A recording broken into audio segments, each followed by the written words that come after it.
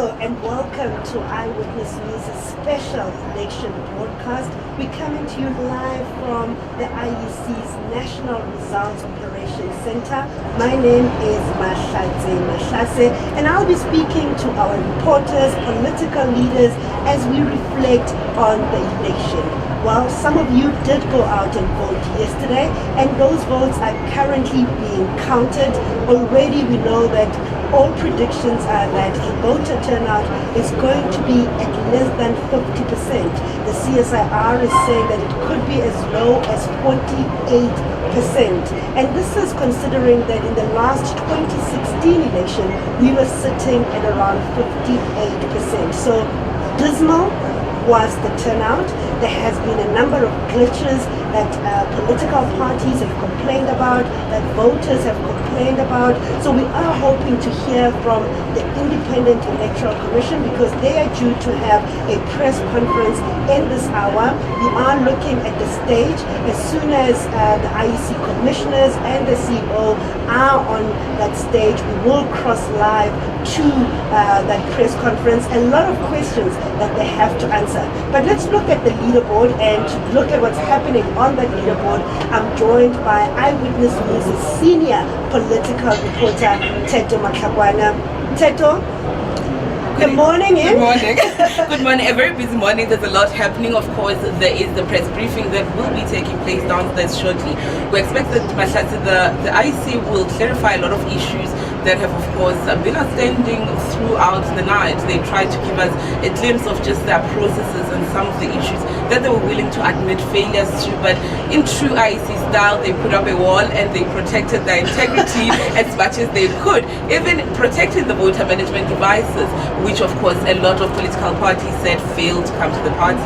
And I think that that's what a lot of us are struggling with. The IEC is not making really any admissions. I mean, yesterday they were in pains to explain that when there were glitches, when there were problems, they were able to solve them almost immediately. But the picture on the ground is telling a very different story. And I just thought maybe as we reflect first on some of the problems that have been identified, that voting machine, I need to get it right. The voter management device. Voter management device. And of course, forgive Mahlase for that, because they used to be called the zip machines until this election. I was actually saying that before these elections, I kept saying to the IEC, can you find a nice name? Yes. Because the zip machine is what we identified with and we're quite easy with. But we know that they had to discontinue the zip machine because of that glaring and quite troubling issue where people could vote more than once. Yes, and then they had to come up with this machine. I was going back to some of the reporting we have done on this machine where they're saying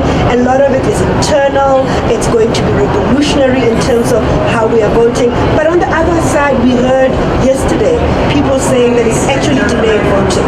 Absolutely, and that is of course because the IEC did not have a lot of time to actually test the machines in real time. While they have trained their staff, while they trained all the officials who were using these devices yesterday, the first time that a lot of them came into contact with those devices when dealing with the public and voters was during the voter registration weekend. And even then issues came up because many of them had to work offline. And the whole key of these devices is the fact that they are online, they are connected to the internet, meaning as they scan your ID, they populate immediately with every demographic detail of you as the voter, confirming your address, confirming your VD, confirming your what. And all of those details, of course, were always so like scattered in the system. And finally, they have them in one device, which in real time records and confirms, and you move faster. But at the same time, there were places where it did not work. And the IEC, of course, saying it was not the fault of the machines that it did not work. Okay, we are seeing some activity on the stage, and I'm going to take you live to the stage to speak. And Kate Bella, who's the spokesperson of the IEC, is currently on stage introducing the commissioners, and we will have Theto Mahlakoana back with us to just do some analysis in terms of what emerges from that press conference. As we said, some big issues that they have to answer to, whether those glitches that were there were enough to affect the outcome of the results. We also know that they must answer to the voter turnout because as much as we are now condemning that machine, we are having live results from the machine because of it. Let me take you to stage. Good morning, everybody. We'd like to confirm that voting stations all closed and that the actual counting at the voting station level has been concluded. The Electoral Commission reports that as at 10:30 this morning, 27% of the 64,504 results expected had been finalized. This status is in line with expected results capturing progression. It is estimated that 90% of the results will be finalized by this evening. The balance of percent will take another 24 hours to complete. The province of the Northern Cape had 74% of its results, followed by the Western Cape at 46%. And in the third place comes the province of the Free State at 26%. The rest of the provinces, the completion rate ranges between 15 and 37%. The results capture involves a number of processes, including the verification of the result slips, the capturing, scanning, and the auditing of those results. An independent audit firm has been procured for purposes of auditing the results. The Commission would like to call upon all leaders of political parties to act and speak responsibly as the result.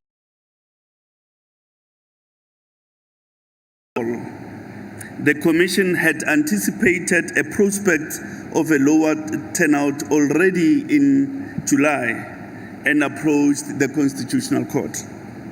Nonetheless, the Commission implemented an extensive education and communication campaign to ensure that voters turn out to vote.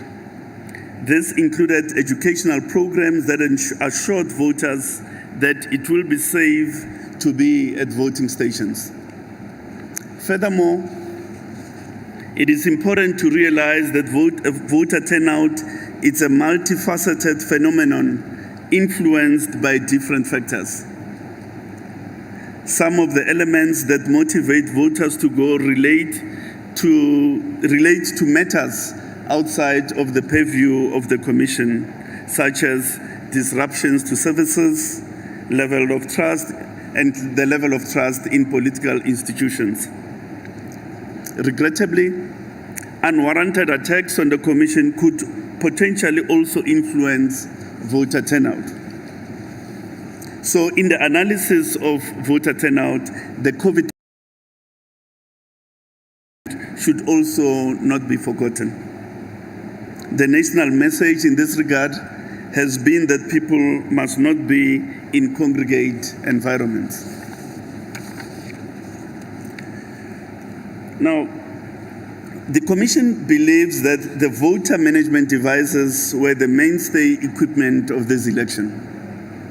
These devices have ensured that we continue to meet the Constitutional Court injunction that voters may only vote in wards in which they are registered, and that every voter must have an address on the voter's roll.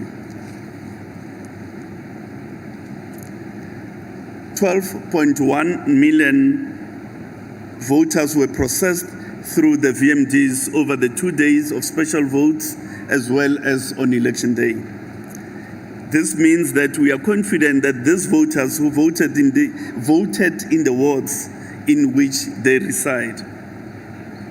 This is an important control measure in a local government because of the geographic.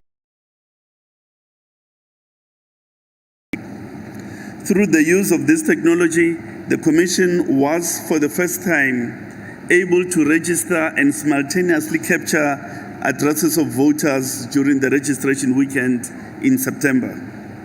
Address capturing would have taken months to complete without the voter management devices, as was previously the case.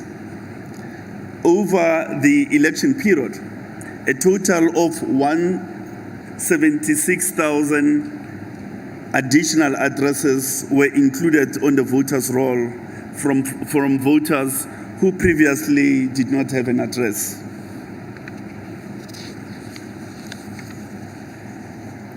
Now, the issue of the enfranchising of voters. If voters present themselves at the voting station where they were not on the voters' roll, but there was proof that they had applied for registration at that station before the proclamation date, such voters are entitled to vote using the procedure in Section 7.2 of the Municipal Electoral Act. Given the technical glitches during the registration weekend, some voters were captured manually whilst captured on VMDs but not uploaded. These voters were entitled to participate in the election. There was a total of 238,000 voters who were eventually placed on the MEC 7 list, which were centrally connected to all VMDs. 129,000 of those on this list voted in their correct voting station on election day and during the special voting days. The Commission has noted the announcement by ESCOM that the national electricity grid is currently constrained and there may be a need to shed load sometime in the course of the day. Discussions are underway to insulate capturing sites in order to minimize the impact on the results collation process. The National Operations Center does have generators which will be used in the event load shedding affects the Pretoria West area. Thank you very much.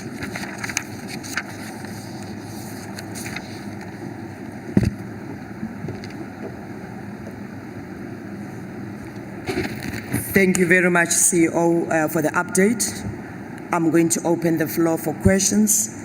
May I request my colleagues to assist me accordingly. I'll start this side and go that way. Where's Bonono? Bonono, where are you? With the mic? Okay, Buti, can you start that? Oh, there's Bonono. You are going to start that side, come this way. Ne? I've seen already hands this side. Let us proceed with the first question. May I request journalists to introduce themselves, the media house, and please try and give us a bit of a sound so that panelists can hear your question very clearly. Thank you very, very much. Let's proceed. Good morning. Bongile Tumago, SABC News. We spoke to the DA, John Steenhuisen, a few minutes ago. He actually made some staggering allegations against you as the IEC regarding the fact that he doesn't really trust you guys because there were a lot of glitches in as far as the technology that Mr. Simon Mabole has been speaking about. That he says when they go back to Parliament, he's going to summon you guys to go there and account. It doesn't get worse than that in as far as trust, does it? And goes. Thank you very much. Zianda Ngobo from Newsroom Africa. My question to the Commission is whether or not you regret... Your sound says just a little bit. Yeah, thank you so much, Zianda. My question is regarding whether or not the Commission regrets rolling out the voter management devices, in this election, knowing the time constraints. I've noticed meaning that you didn't even really want to have this election way it is. It's as if you're preempting the turnout. So then why do you roll out this voter management device which has had so many glitches, and political parties are saying you're actually in denial about how much it's messed up this election in areas such as the Eastern Cape and KwaZulu-Natal? Thank you. Thank you. Alex Winning from Reuters News Agency. Do you have an official turnout figure yet? In terms of percent, and also On your elections page, you have a percentage figure complete in the top left corner. That's the number of voting districts where counting has been completed? And is one voting district equal to one polling station? Thank you. Thanks.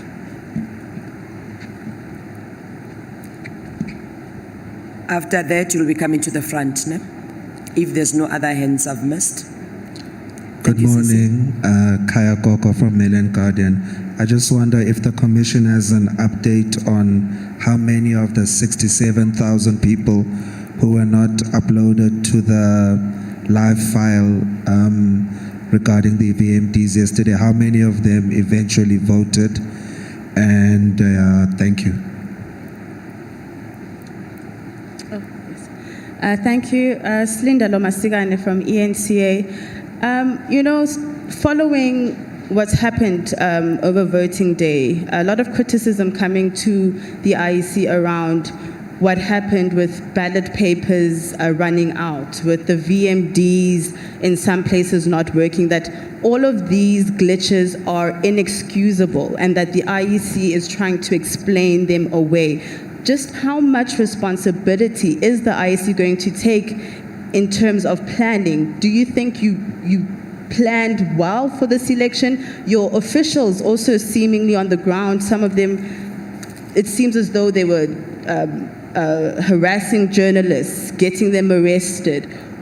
Was there enough training for your IEC officials? Do you think you had enough time to actually hold these elections? And were these VMDs actually tested outside of the registration weekend? Thank you very much. Let me allow the panel to take this first batch of questions. CEO, I've got 6 questions with me, about 5. May I pause so that you deal with the questions, and then from then we'll come back for the last round. Thank you very much. Let Commissioner Love deal with the issue of trust. I'm sure Mr. Steyn doesn't trust me, but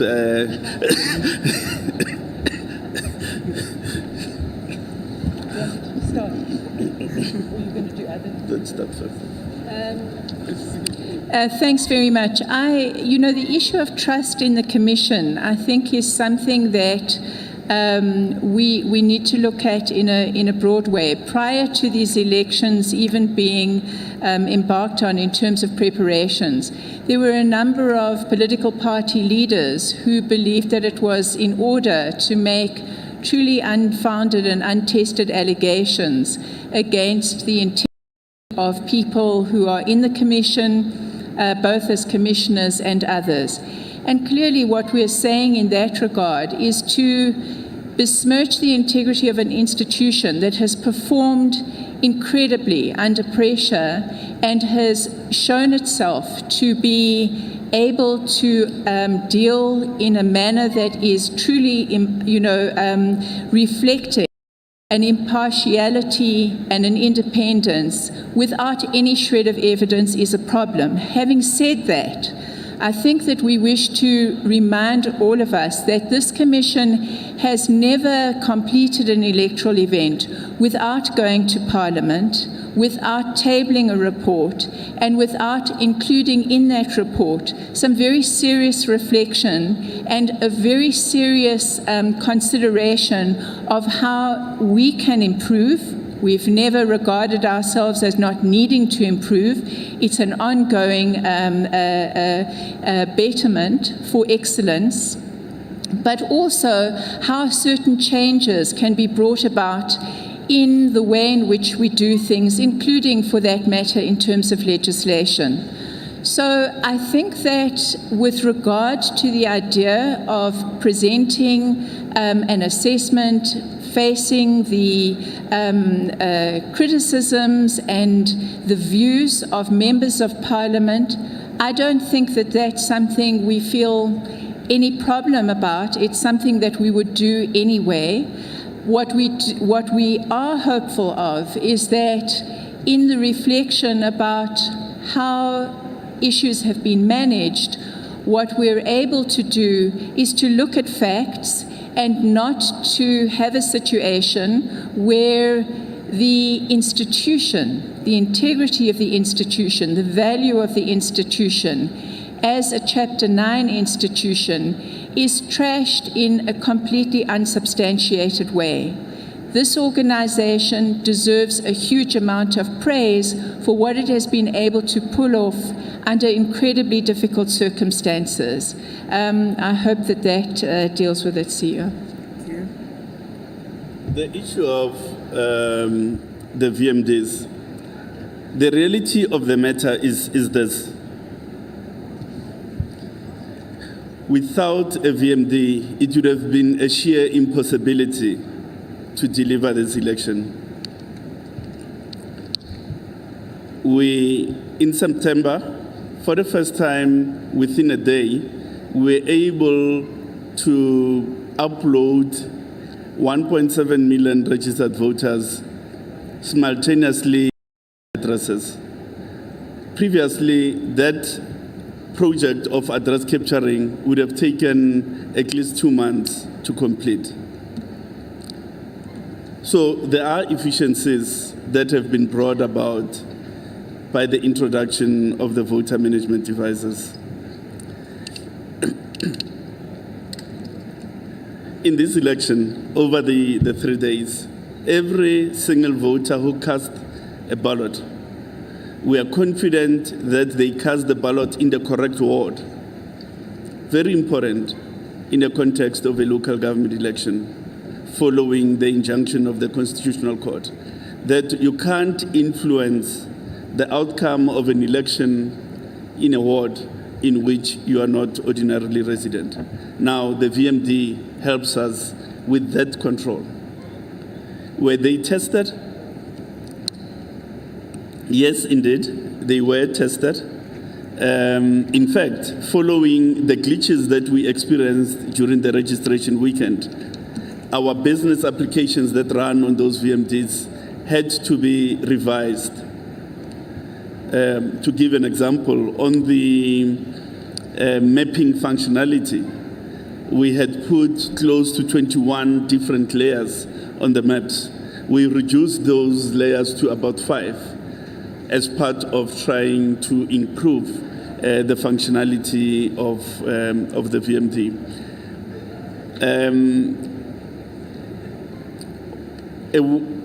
On the 29th, I think it was, of October, no, not the 29th, the 22nd of October, all presiding officers in the country went to their voting station, switched on their VMDs.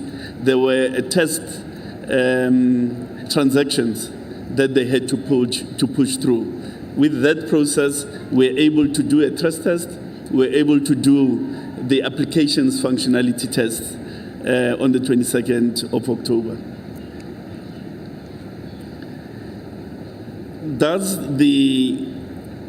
So perhaps before I leave the point, I think the VMD was an important national investment.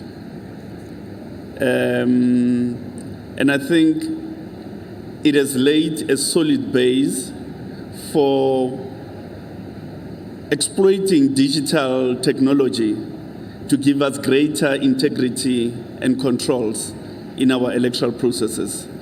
It has created a bit of frustrations, no doubt about it, but I think going forward, the country has laid a solid basis of exploiting technology to strengthen controls around our electoral democratic processes. The voting district, yes, there is one voting station in a voting district, so there's a one-to-one relationship. Nonetheless, there are, in some cases in the metros, 2 results that are expected, and outside of the metros, 3. Hence, the 65,000 results that we are working on. So when you look at the website, bear that in mind. We did say that there were ultimately 239,000 people who we had either manually captured or not uploaded. But we placed those people centrally because the VMDs were centrally connected. We had placed those people on the MEC list so that when they got to the stations, they could vote. And in the circumstances, 139,000 of them, in fact, voted. Again, we are able to give you this detail because of the VMD. If we didn't have a VMD, we wouldn't be having this intelligence to give to you. Thank you so much, CEO. May I request Dr. Masuku to deal with the issue of training after you? Yeah. Thank you very much.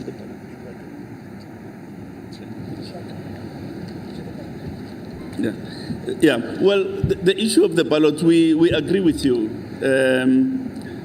We had provided sufficient ballots, and therefore there shouldn't have been a shortage. There's no reason why there should have been a shortage because sufficient ballots were printed at 100% across the country.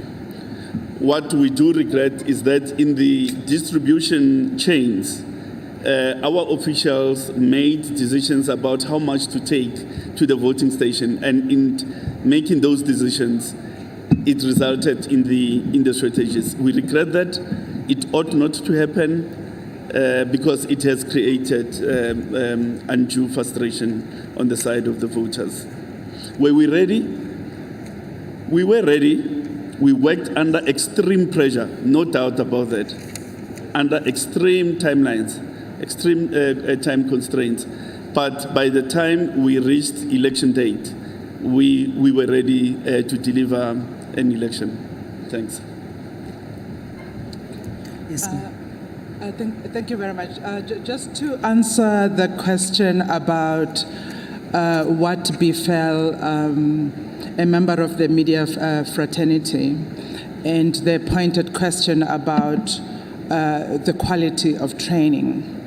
Let me first begin by saying this, and I think we will say it as often as we have the opportunity to say it. We apologize to, one, the reporters that have suffered in the hands of the people that are in voting stations. We also apologize to the fraternity of journalists for what happened. Does that mean that people did not receive training? No, it does not. Does that mean that training was inadequate? No, it does not. However, people behave in the most bizarre way when they're under pressure. Is that an excuse? It is not an excuse. It is a simple admission of the infallibility of the human being. So we did train.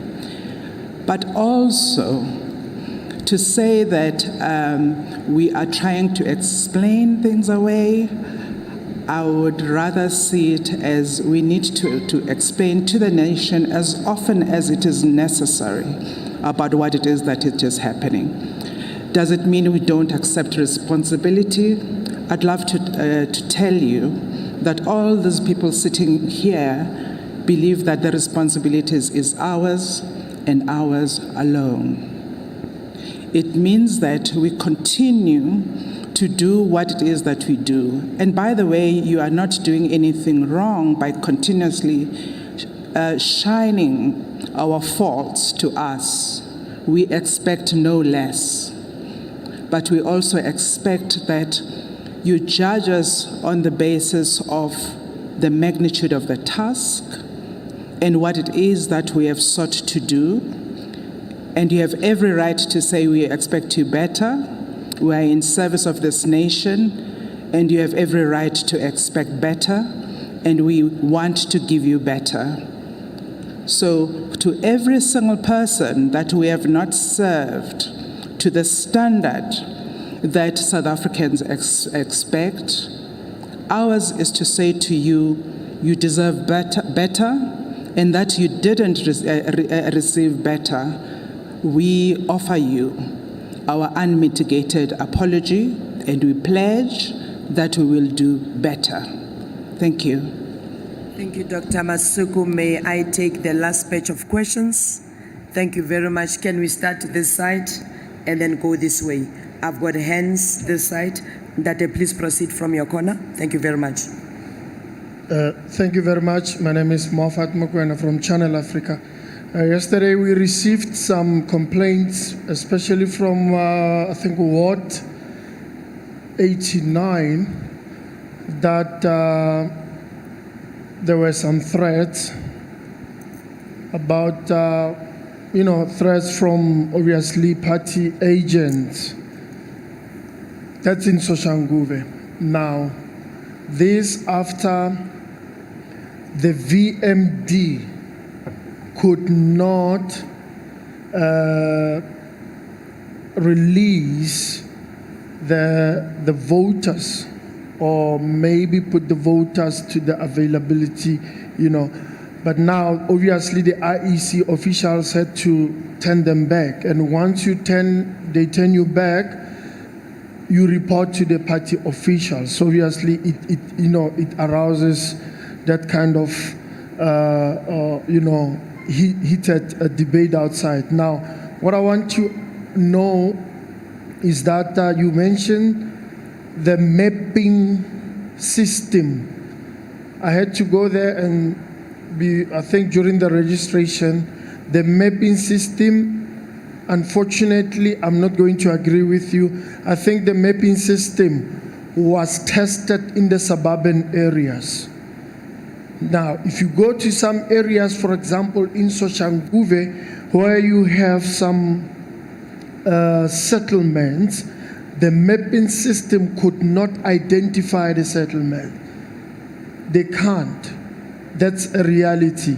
Now, when we ask the IEC officials about the VMD system, they said, no, we cannot proceed because the VMD system is under updating, it's under construction or something like that.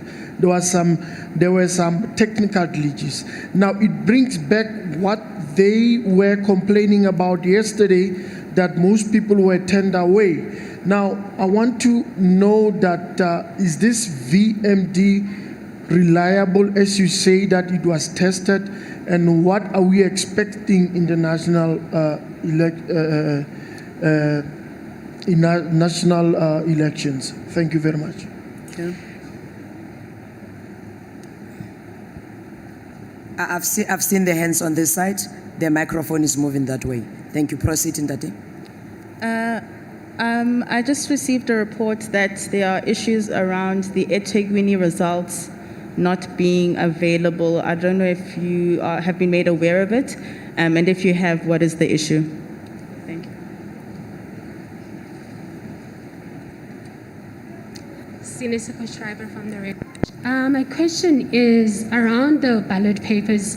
CEO, you did state that you have established that this was in the logistic chain.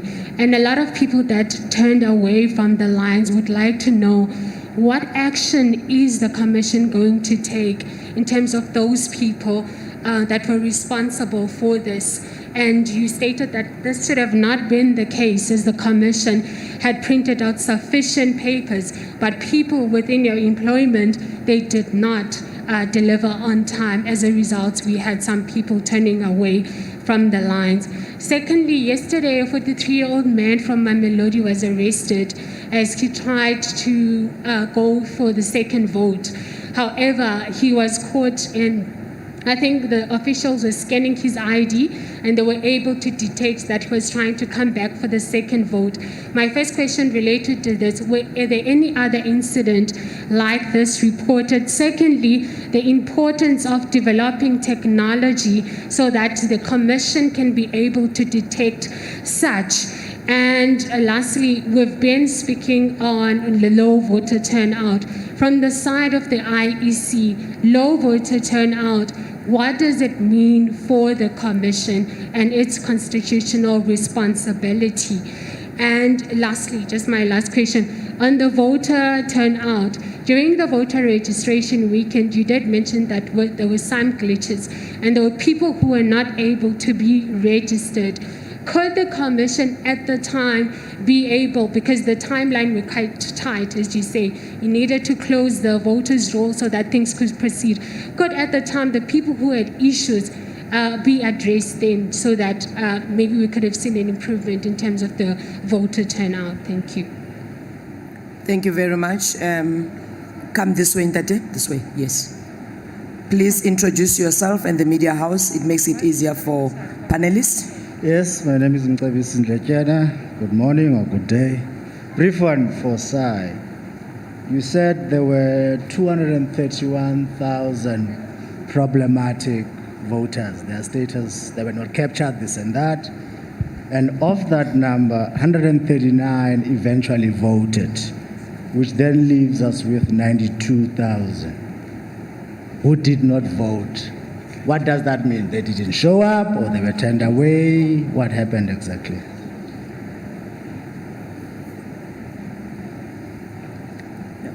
Marianne Merton, Daily Maverick.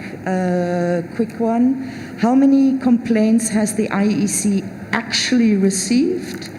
How many do you expect to receive by close of today when the deadline expires for complaints? And will the IEC be able to resolve all complaints by the statutory deadline? Thank you.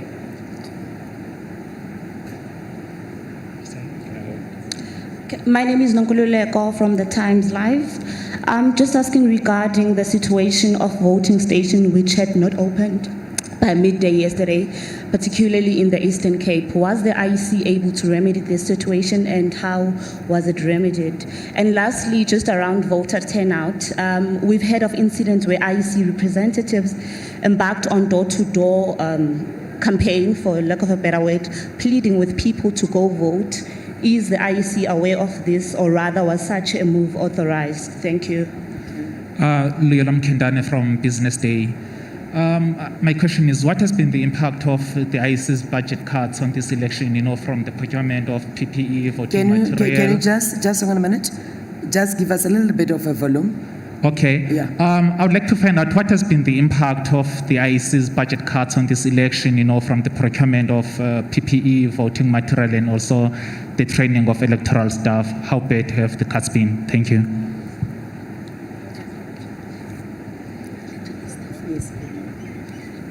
Bonono, may I please request the gentleman to repeat his question again for the benefit of the panel, please? My apologies. We've got a bit of, there's too many of us here. Okay. I just want to make sure that the panel understands your question. Please repeat it for us. The question is, last year, Simon Mabolo was quoted saying that the IEC's budget cuts of nearly 120 million have had a significant impact on the IEC's institutional life. Now the question is, what has been the impact on this particular election, with regards to procurement of PPE, voting material, and also the training of electoral staff? I just want to know how bad have the cuts been. Thank you. Thank you very much. Yolisa Njamela from SABC Television News. Should I continue? Bonolo, have we covered all the questions on this row? After this one, we take the last one from the gentleman there. Then the panel can be able to respond. Let me, is he starting first? Okay. All right, thank you. Proceed, Bonolo, and then the lady at the corner. Lisa Gatanda from the Mail and Guardian. Just for clarity, when exactly should we expect the final result? Thank you very much.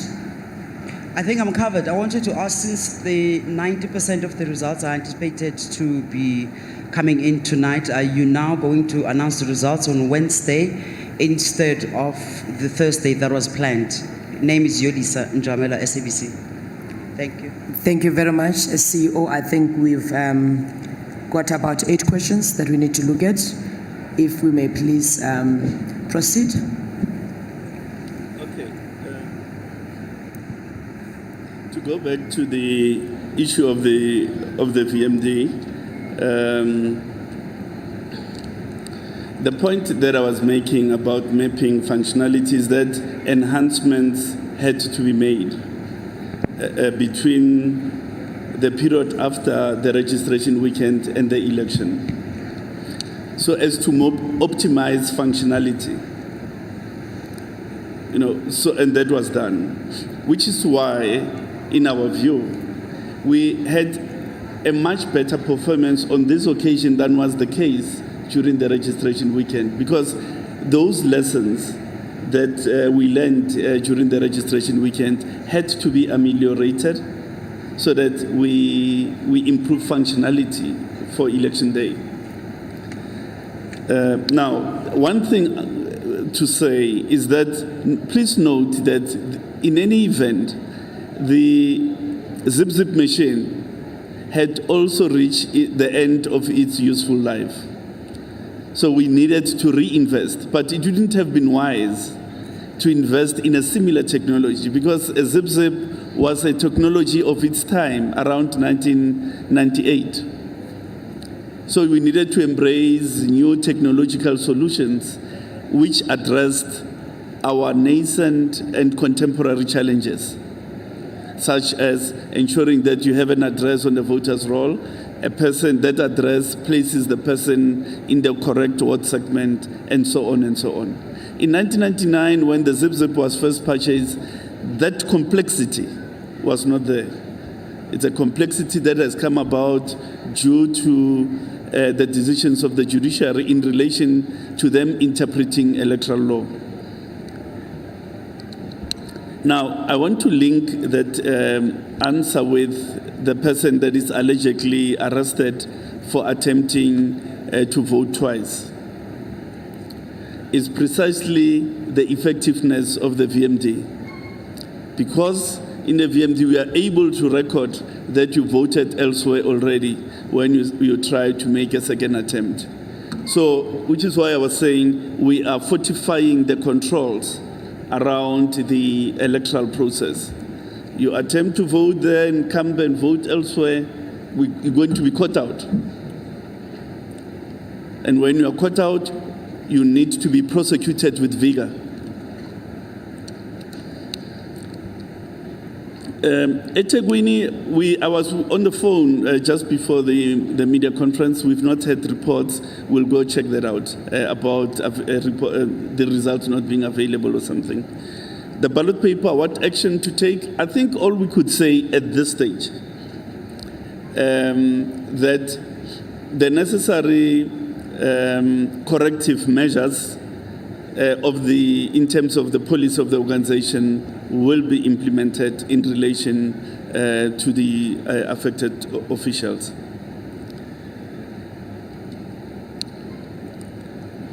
Now, the question about the 90,000 odd, yes, indeed, those are no-shows. The 90,000 you identified are no-shows. Had they come, they would have been helped.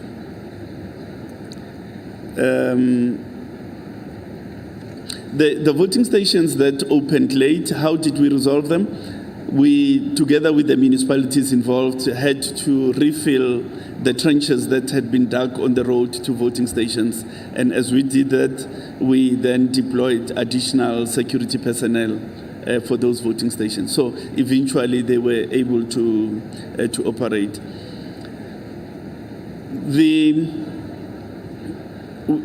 We want to put in as many and finalize as many as we can